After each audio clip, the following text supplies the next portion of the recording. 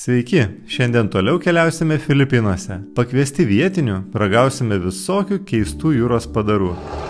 Pasižiūrėkite, kokia didelė ir marga krevetė. Nardysime gražiausiose salos vietose ir smaguriausiame skanaus gatvės maisto. Spustelnam like ir keliaujam.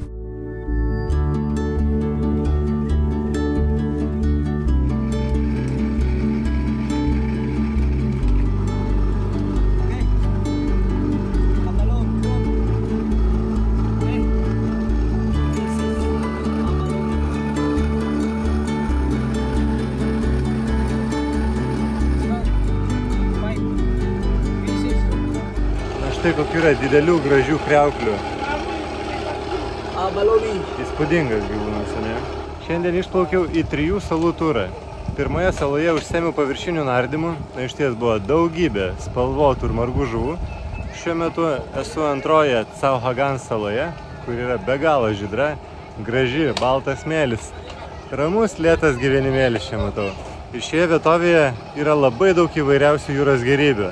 Taigi jų galima ir nusipirkti, pasižiūrėkite, kokį ilgio prekystaliai, daugybė. Pasižiūrėsime, kągi parduoda. Tik pardavėjai turbūt nelabai kalbės angliškai, tai reikės naudotis Translate, o tam reikia mobilių duomenų. Šį kartą Filipinuose vėl nepirkau SIM kortelės, o naudojasi Seilė SIM paslaugą. Na, iš tikrųjų labai patogu, nereikėjo nei ieškoti, kur nusipirkti, nei dėrėtis, nei ginčytis. Parsisinčiau programėlę Seilį, susinstaliavau, pasirinkau kiek reikia gigabaitų, šį kartą netrumpai Filipinuose esu, tai galiu ir dasipirkti dar. Na ir viskas, paprasta, lengva, patogu. Jūs taipogi naudokite Seilį paslaugą ir įveskite nuolaidos kodą JOURNEY.LT. Gausite 15% nuolaidą. Na, eime paderinsime su pardavėjais kažką skanaus.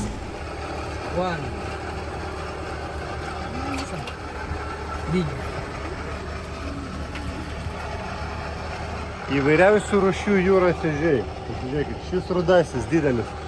Juodas iš viso nežmoniško dydžio. Ir dar šitus kitokius, kuriuos jau valgiau. White clam. How much oysters? 500 all. Bliūdas austrių, tik 8 eurai. Valgysiu. Geras. O šitaip, kur susioja. Jūro agurkėliai. Spider shell. Dar vienas įdomesnių padarų tai laukinė austrė. Pasižiūrėkite, kaip ežiukas. Hello, chicken. How much again? Big one chicken. Big 3 big. Na, kainos išties įspūdingos. Pasižiūrėkite, į šį bliūdelį įvairiausių jūros gėrybių rinkinukas 500 pesų, reiškia apie 8 eurus. Taip pat yra austrių, viskas 500 pesų. Gera kaina.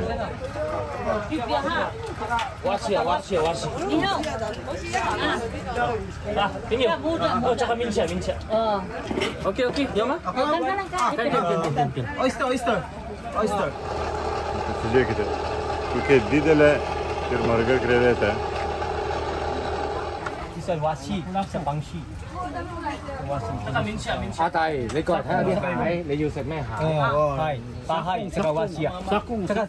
Pasivaikščiau ir išsirinkau štai šį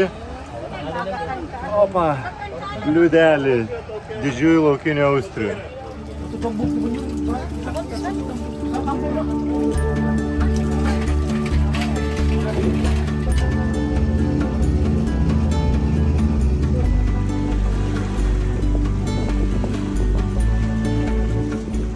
Atnešė man bliūdą laukinių austrių. Pasižiūrėkite, kokia gražuolė. Atrodo, lyg perlas būtų viduje.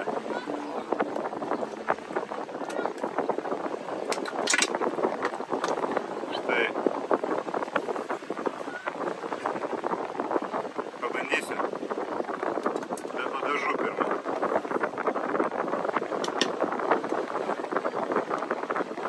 Gal ir neatrodo labai simpatiškai.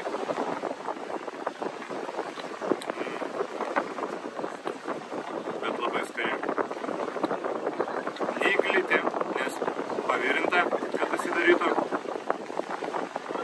Labai skani kriauklė. Panaši šiek tiek į labai didelę midiją.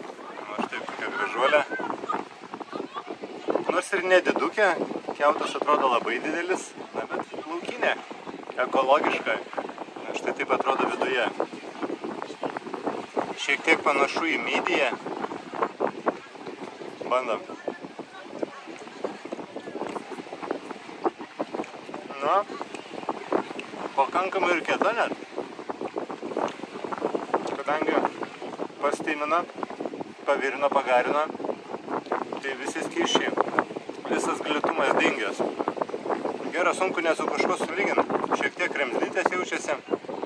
Dar turiu visą puodą. Ir čili padažą. Bandom sekančią su čili padažėliu.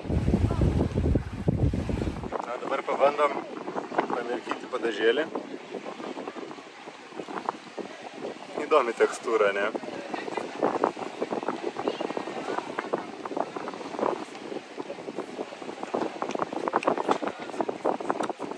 Idealiai. Gaivus. Soja jaučiasi. Čili. Įdomios tekstūros šimai minkštesnė beje. Labai skanu.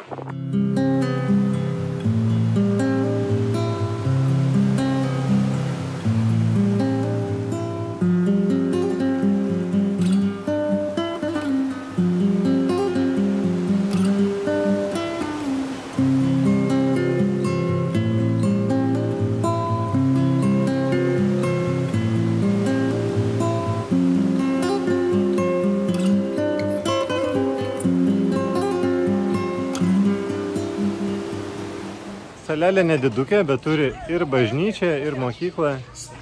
Daug kur gaidžiai pririšti. Čia kartais vyksta gaidžių kovos.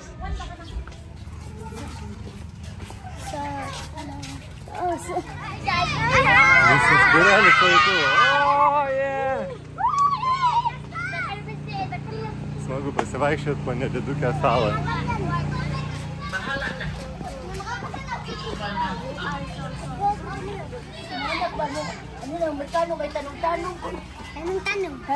Hello.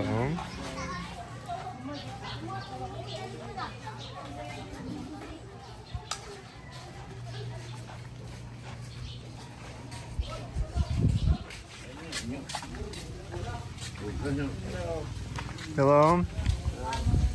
Visi sveikinasi, vietiniai pietų metu dažniausiai atsipūtę, ilsisi, ant saulės nevaikšto.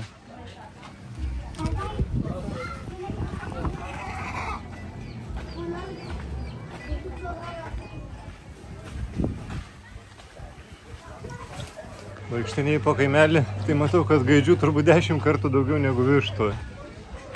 Kiaušinį jiems nereikia. Svarbu, kad gaidžiai susikautų. Na, kaimelis labai paprastas, nėra nei dviračių, nei automobilių, nieko. Sala išties mažuliukė. Matote, statiniai irgi labai paprasti. Šiuo metu pietų metas, tai žmonės ilsisi, pietauja. Hello. Labai gražiai visi bendrauja tarpusavį, su manim taipogi gražiai elgiasi, sveikinasi, mojuoja. Ir pagrindinis patiekalas, ką visi valgo, tai yra balti ryžiai ir padėta kokia nors žuvelė šalia arba dešrytės. Labai paprastas maistas.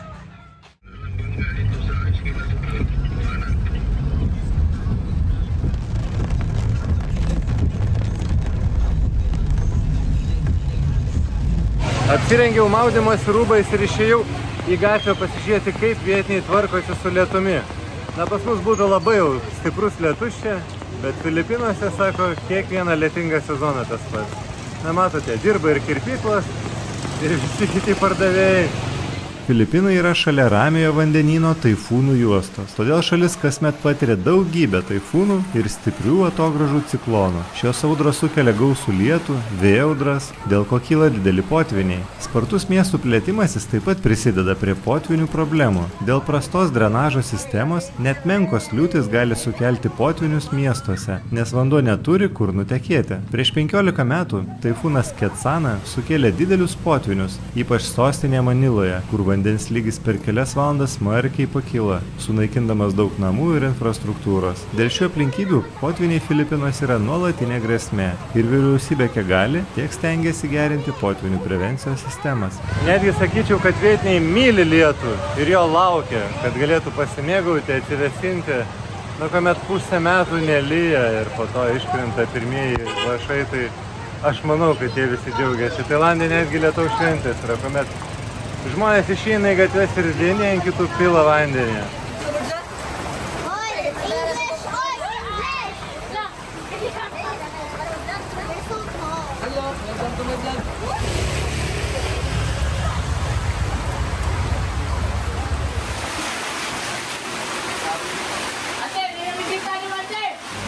Dar gatvelėmis panardėsim, pasižiūrėsim, kurgi išbėga šis vanduo mieste.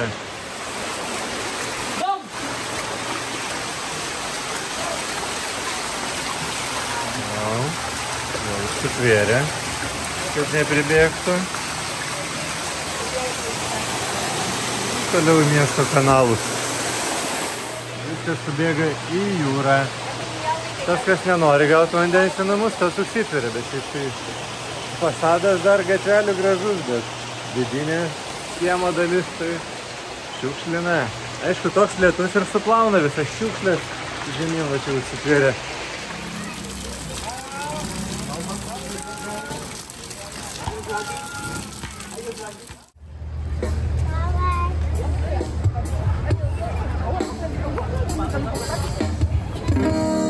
Atėjau maisto turgų. Na, tai yra labai populiari vieta, vakare renkasi daugybė žmonių.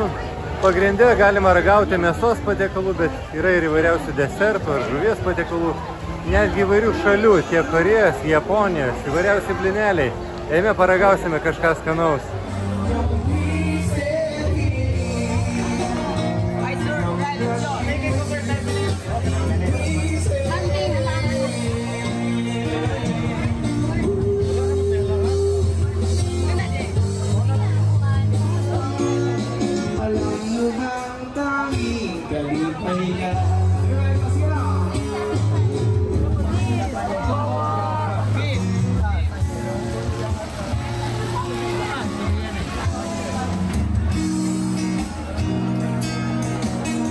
Mano pirmas patiekaliukas bus jautiena su jautienos kaulo čiulpais. Dabar apkepinėja, tuoj paragausiu.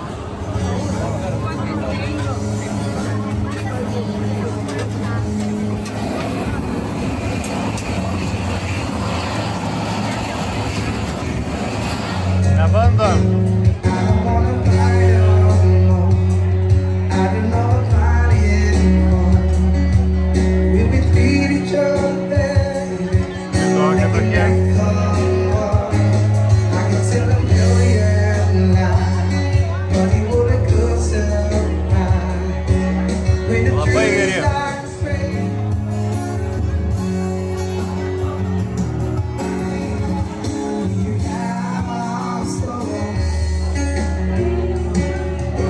Kaulo čiulpai su jautienos kotletų ryžiais. Ja, tikrai labai skanus.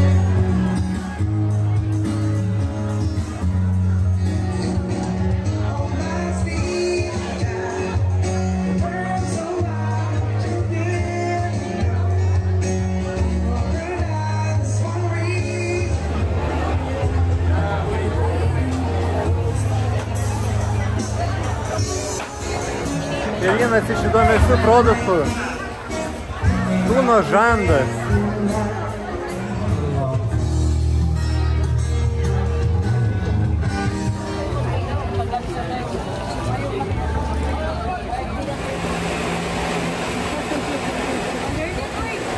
Na ir desertas maisto turguje – tai mango su lipniais ryžiais. Opa, žalieji, gražus. Atsirieksiu šiek tiek mango. Na štai koks gražus kąsnelis. Bandom.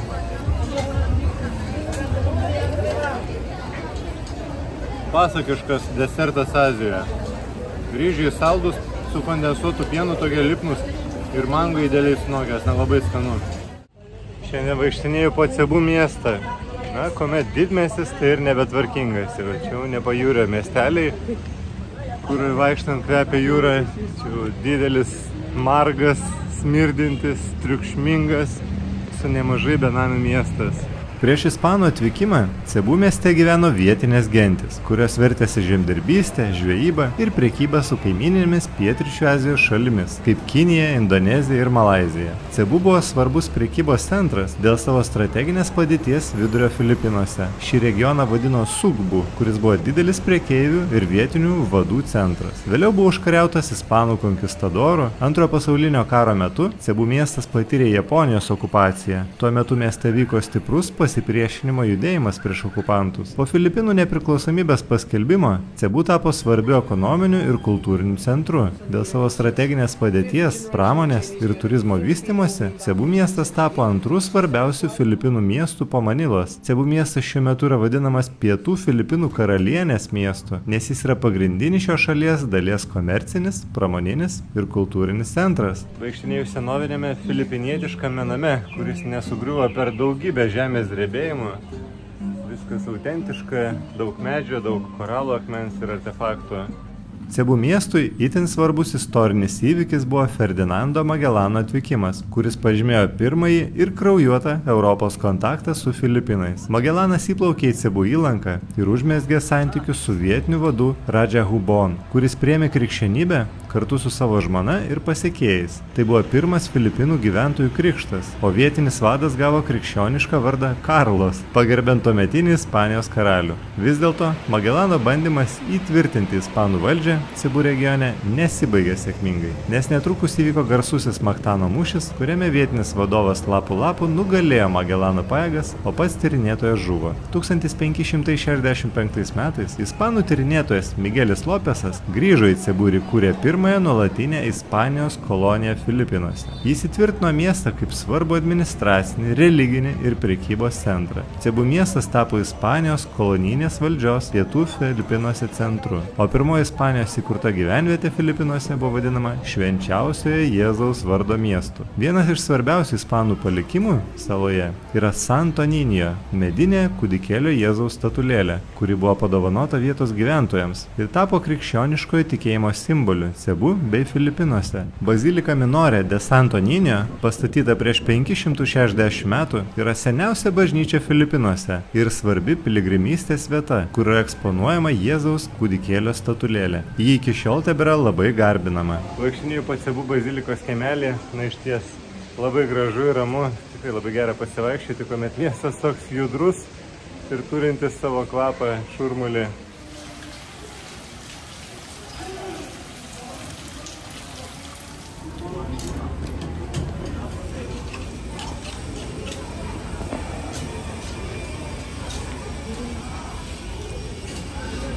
Išėjus iš bažnyčios daugybė žvakučių.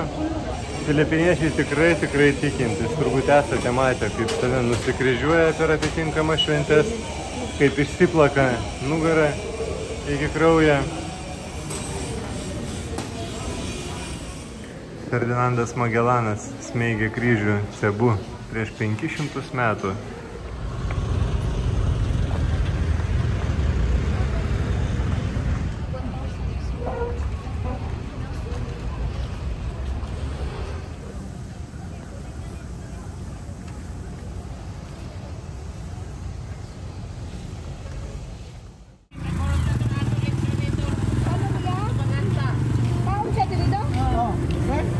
Gatvėje galima paragauti kepto paršelio, kuris yra tradicinis filipiniečių patiekalas – lechon.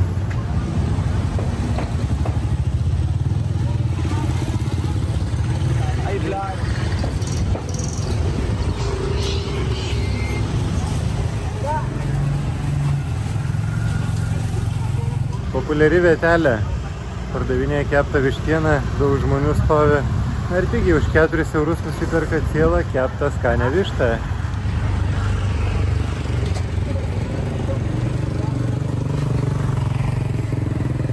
Na, vaisių tai galima įvairiausių paragauti. Nežinau, čia per vaisius.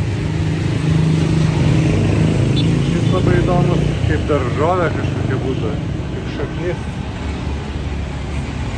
Panašiai saldžią bulę, bet nemanau. Bet šis neblogas.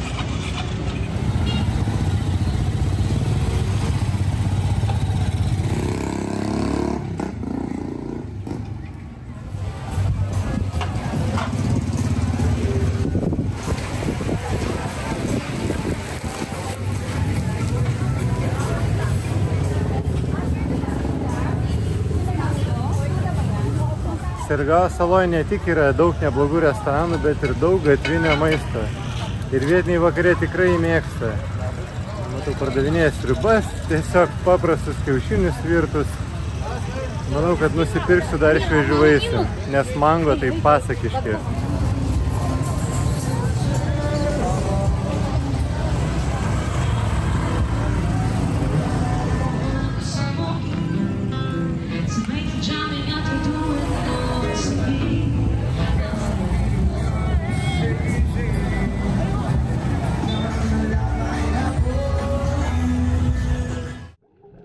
Neriu į 20 metrų gylį pasigrožėti povandeniniu pasauliu. Filipinai yra viena iš geriausių vietų pasaulyje nardymui, turinti daugybę povandeninių stebuklų, tarp kurių koraliniai rifai, laivų nuolaužos ir unikalios jūros gyvūnijos rūšis. Šalį sudaro daugiau nei 7000 salų, o jos vandenys yra koralų trikampio dalis, kurie yra viena didžiausių biologinės įvairovės vietų planetoje. Filipinuose nardyti galima ištisus metus, bet geriausias nardymo sezonas yra sausas laikotarpis, nuo lapkričio iki gegužės. Kai kurios vietos turi specifinius sezonus, pavyzdžiui, Tubataha rifas. Jis atsidaro tik kelis mėnesius per metus. Šis rifas yra viduryje Sulu jūros, toli nuo sausumos, todėl pasiekti jį galima tik ilga kelionė laivu. Nuo kovo iki birželio mėnesio yra sausojo sezono dalis, kai vandenynas yra ramesnis, oro sąlygos stabilios. Per šios mėnesius vanduo yra daug skaidresnis ir vandenynas ramesnis, todėl nardymas tampa saugesnis ir malonesnis. Nuo birželio iki spalio Filipinuose prasideda liūčių sezonas, kai padidėja uraganų ir stiprių audrų rizika. Vandenynas tampa itin neramus, su stipriamis bangomis ir pavojingomis srovėmis. Todėl plaukti į rifą ir nardyti tampa pavojinga. Ribotas nardymo sezonas padeda sumažinti žmogaus veiklos poveikį gamtai ir užtikrina, kad rifas išliktų sveikas ilgalaikėje perspektyvoje.